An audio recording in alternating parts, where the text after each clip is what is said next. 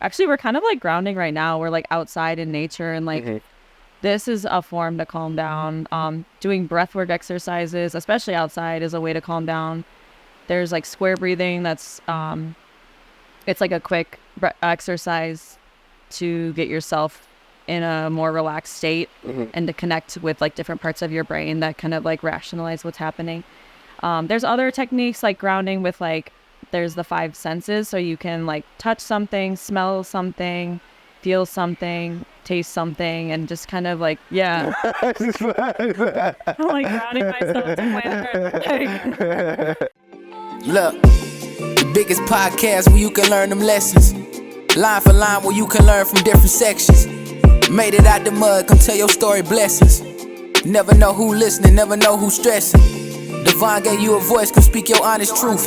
Line for line, go bar for bar, it's up to you. Wanna talk sports, gov, and politics? Wanna talk about where you from and your accomplishments?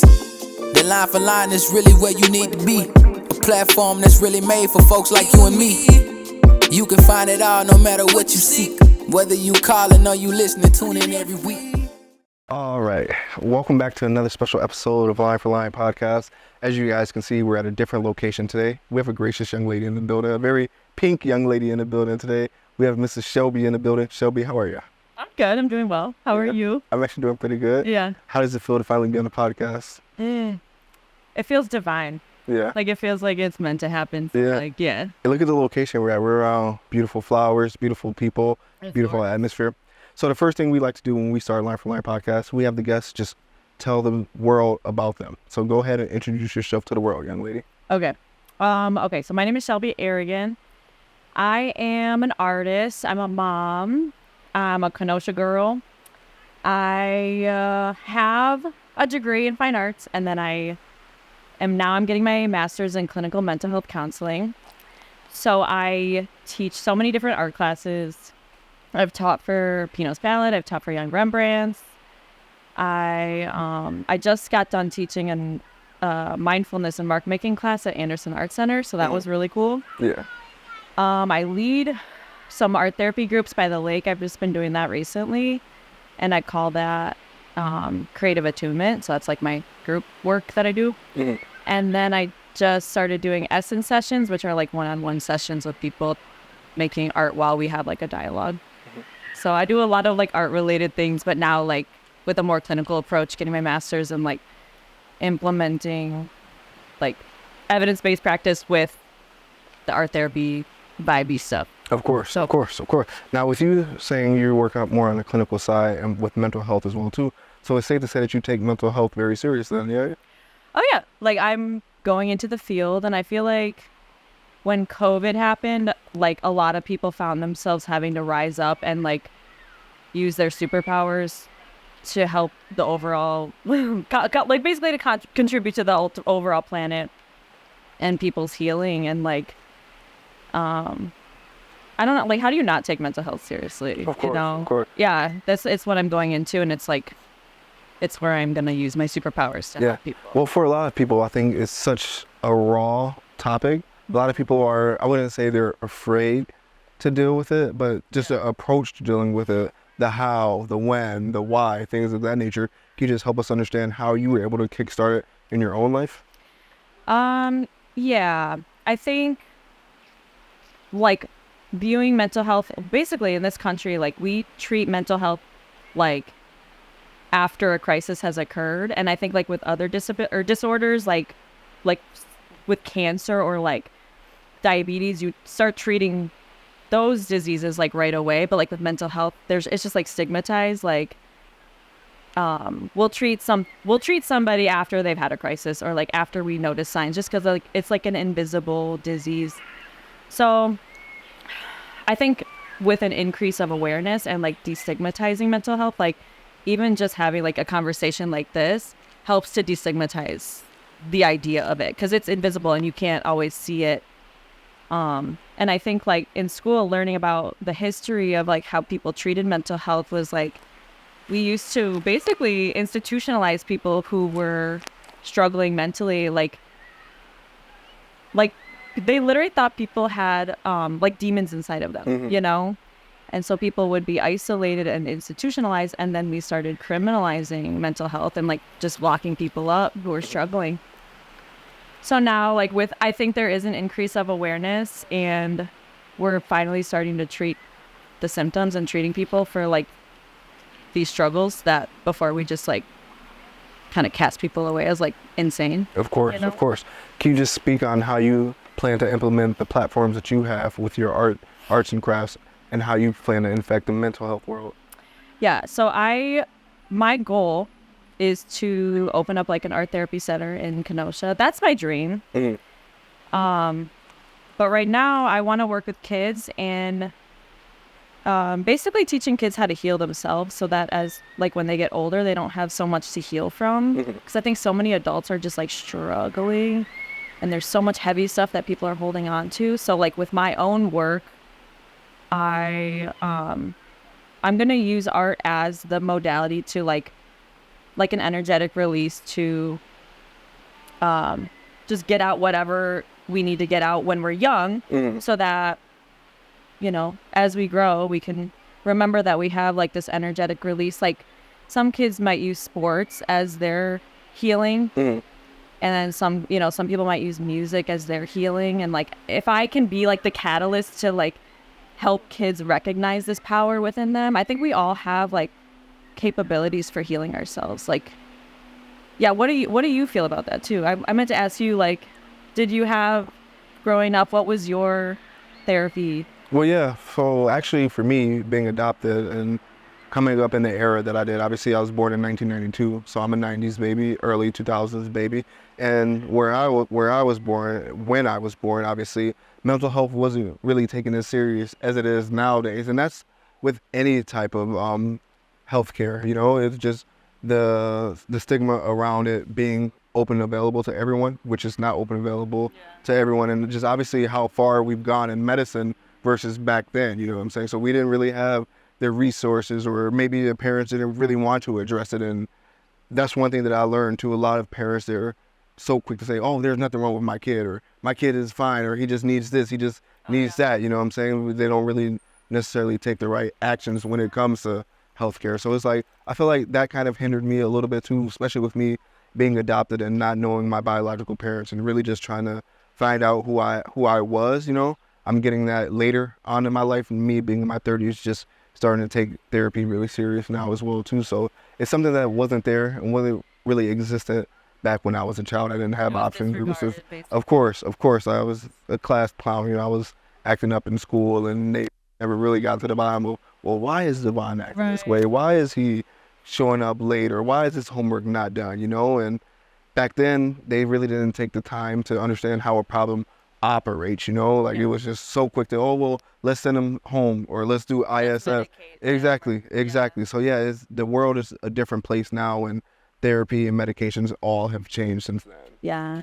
And I think I do think that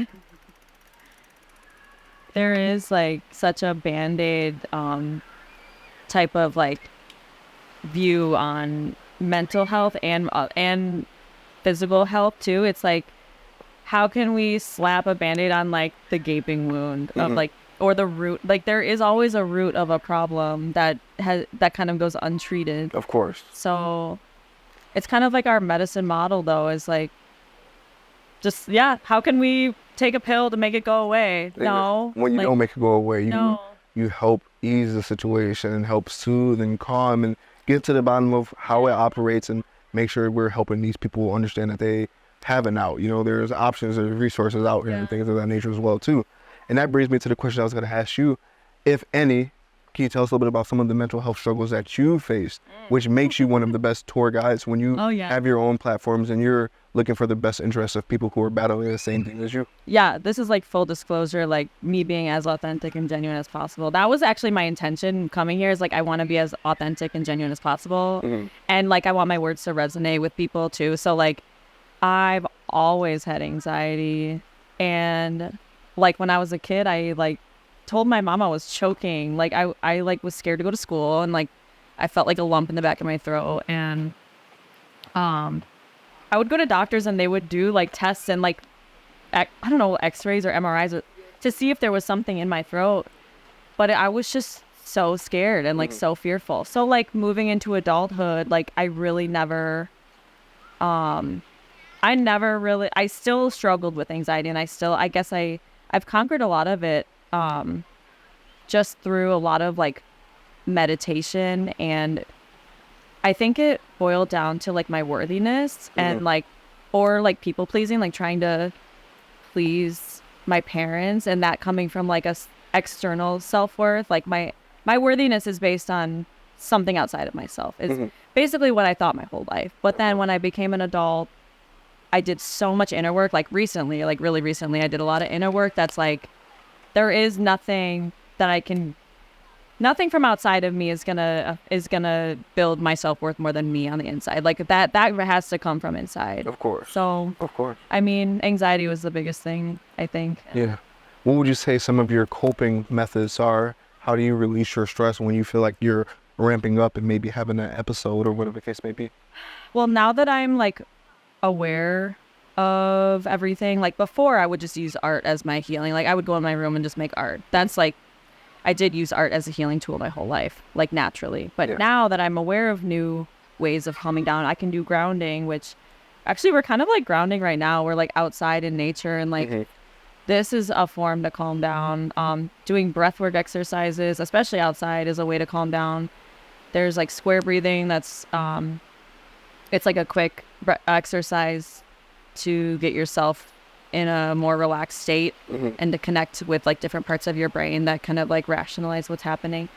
There's other techniques like grounding with like, there's the 5 senses. So you can like touch something, smell something, feel something, taste something, and just kind of like, I'm like grounding myself to like literally, because when you're in this place in your mind that you're like panicking, you're in fight or flight mode, you kind of are leaving your body and going to the past.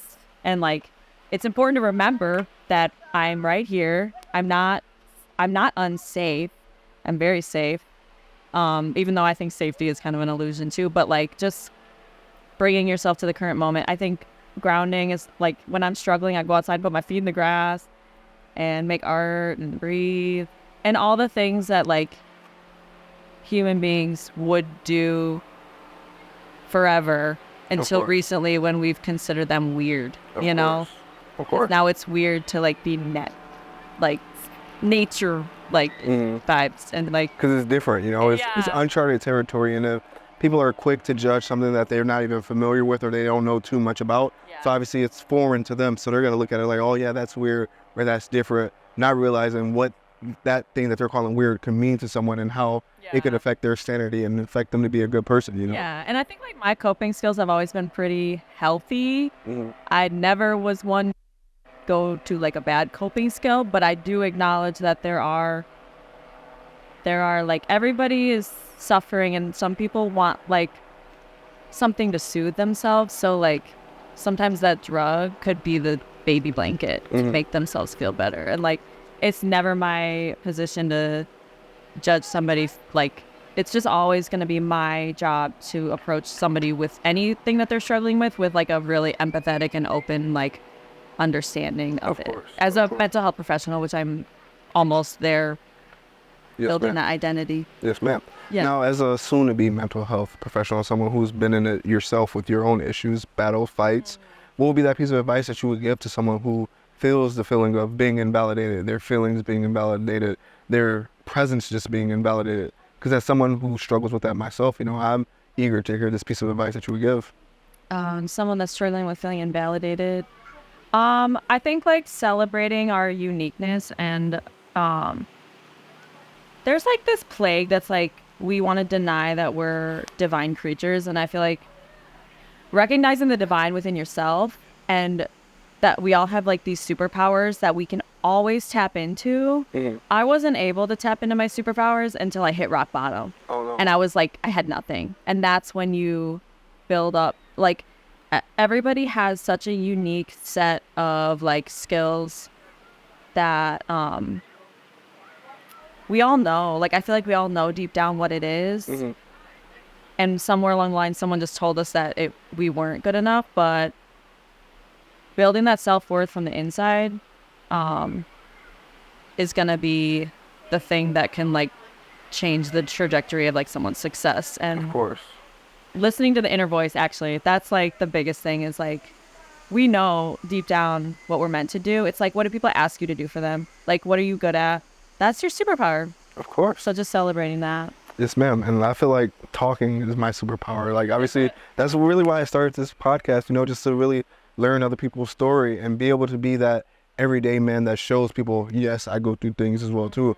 I'm not perfect, while showcasing that to the world, because it takes a special individual, and I'm not saying that to toot my own horn, but it takes a certain individual to be able to put their flaws and their shortcomings out there as well, too. Because I tell people all the time, like, it's easy for me to say, oh, well, Shelby's this, Shelby's that, Shelby doesn't do this. But you know how hard it is for me to say, oh, well, I know for a fact Devon isn't this, or Devon doesn't do this. Like, we're just so quick to pass the judgment about other people while putting our own issues and insecurities in the background while exploring other people and putting theirs on Front Street. So it's something that we deal with. I feel like if we're so paying attention to what other people are doing too, it's like you're not doing the work on yourself that you need to be doing. Like, and I do think that like it's hard to like prioritize our self-love and self-care. Like, we're so like with social media, that's another way of like just feeling like we're not good enough, is like by comparing ourselves to so many people. Like, our ancestors didn't have that. And like, I don't know, I forgot what I was going, but like, I don't know. Yeah. Always comparing ourselves is never going to be the thing. Like, you have to really just highlight your own uniqueness. And like, I'm in my pink era right now, so like this is like a special time. I'm like in an evolution right now that's like, I'm not who I once was. I'm not who I'm gonna be. I'm right in the middle, and like, Hey, let's go. I know, I'm let's go. excited. It's like an exciting time, especially for you too. Like, you know, it's like a celebratory time where like we're not in the cocoons. I feel like we're out of the cocoons, but we're just like getting going with flying. Of course. You know? And when you say that, I feel like the issues that I have and I face, they're amplified more so because of the lane that I am and the person that I am. You know, like I'm not saying my podcast is viral, but I have a platform that a lot of people watch and a lot of people know me, you know, and it's like me dealing with those issues. It's like me growing up on camera, you know what I'm saying? Me growing for the world to see, and that takes it back to me saying I'm fine with being that everyday person to let people know that, hey, I go through mental health fights as well too. I feel invalidated a lot of times as well too. I still have my shortcomings that I'm working on as well. I'm by far no polished, perfect individual, and I love the fact that I can show people that and take them through the rigors and show them like, yeah, I go through stuff as well too, because a lot of people say, man, you're at Madison this day, you're there, and you're doing this and all that. It gets draining a lot too, you know, because like I still work full time. I have a kid as well too. I'm expecting my second child to come October as well too. So there's still stuff that I battle with that I don't necessarily let the world see that are affecting me. I still put that smile on, and I'm still here to be able to help other people, you know? Yeah. I think being the most authentic version of yourself is key to like just being like a magnet for power, not bad power, but like good, powerful vibes. And like being influential is like, people want to relate to other people, and like when you see someone who came out of the trenches who's like succeeding, nobody likes a boring story where they've always been great forever. Like everyone loves a good success story where you came up from the bottom and like, you know, did the thing. So. Yep. And that's why I like sharing my story as well too, because if people knew half of the battle that I went through, like till this day, me being 31, it still bothers me and affects me that I don't have parents. Like I've never met my biological parents, you know what I'm saying? So, and that ties into me really finding out who it is that I am, because obviously when you have kids, you spend 18 plus years with your kids and you really help mold them into who they're meant to be and things of that nature. I never really had that. So it's me finding my footing in life on my own, and at a young age, whether it was me being homeless, whatever the case may be, couch surfing, whatever the case may be, I feel like a lot of that really molded me into who I am. And I was telling someone the other day that I'm thankful that I went through being homeless and all that at a younger age versus me getting to this age where I'm very much adult, you know, and it's like, I don't know how to operate or get through this point in life. And I'm glad that I faced that at a young age. It's like you're being forged in the fire of affliction. That's what someone told me. Like, you're being forged like a metal, and like it's like you're in the fire and it sucks and it hurts, but like when you come out, you're like gold, you know, like you're this like precious metal now, and you've been through a lot and you know how to get through it, and now you can write the handbook for somebody else. And that's what I thought. Like I went through something really, really difficult a couple of years ago. That was like an extreme, hurtful, sad thing, like a really bad betrayal. But I had to reframe the way I viewed betrayal, and I had to humanize the whole thing. And now it's like not only did I was drowning, right? Like I was in a river drowning, and I barely had my head at the surface. Like some people are very content with being in that river drowning as long as they can still breathe. You know, some people are content because like they think the energy it'll take to swim to shore will take more than just staying where they're at. But like I got on shore and I built a bridge, and I'm crossing the bridge, and now I'm going to map out the other side so I can bring the map back. Like that's where I'm at. And some people are totally chill with being in the river. I'm not. Yes, So that's my little like analogy for overcoming. But I mean, shout out to both of us. Like shout out to you for like getting to where you are right now. You do have like an inherent trauma that's like not your fault, and you had no power over it. But Of like, course. and power is an illusion, and like control is an illusion, but just like using your experience to just like fuel every decision that you make, like, And using it as a good fuel as well Good too, fuel. because so many people will say, oh well, I'm just not going to do anything in life because of this happened to me. Yeah. Because there's so many times where you'll tell your story to someone, and you'll talk to them, or you'll hear their story, and they'll say, well, I didn't have my mom, or I didn't have my dad, and that's why I was okay with just being a big partier or using drugs or whatever the case may be Right. to cope with the trauma that I did have. Yeah. I just find joy in that I was able to turn that into positive fuel and positive steam to move forward. Yeah. Like I call it the victim mindset versus the creator mindset. And like I was a victim for a little while, like when you're in the hard stuff, and like then you find yourself out of it, and you're like, now I have an opportunity to create whatever I want from this. So like, yeah, going from, I mean, it sucks, and like everybody goes through the hard parts, but coming out of the victim, like I don't want to be a victim, and like it sucks feeling like a victim, and it sucks feeling like you don't have power over like your destiny. So, but yeah, using it as like the fire, like lighting that fire Yeah, to get through. Of course. There was this quote in this song that I heard the other day, and I was like, wow. He said, and this is me, I'm a believer, so I resonated with it, but he said, thank the Lord that I don't look like what I've been through. And I was like, if I looked like what I've been through, I would not be looking like how I look right now, because it's been some times, man. Like especially, I was just telling the story of this too, like homelessness is different based off where you live.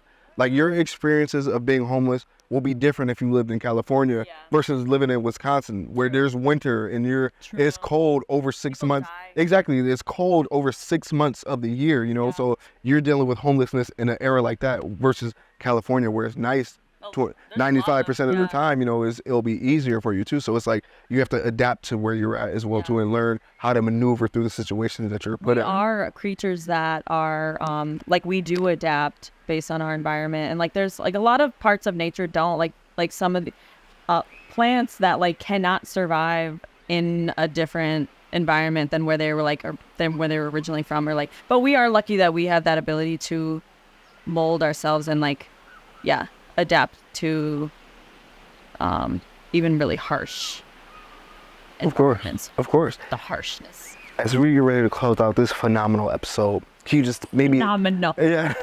maybe you can just give us the sauce of what it's like you preparing for your day, knowing that you face the things that you face and have past traumas as well too. How do you stand tall and just continue pushing along?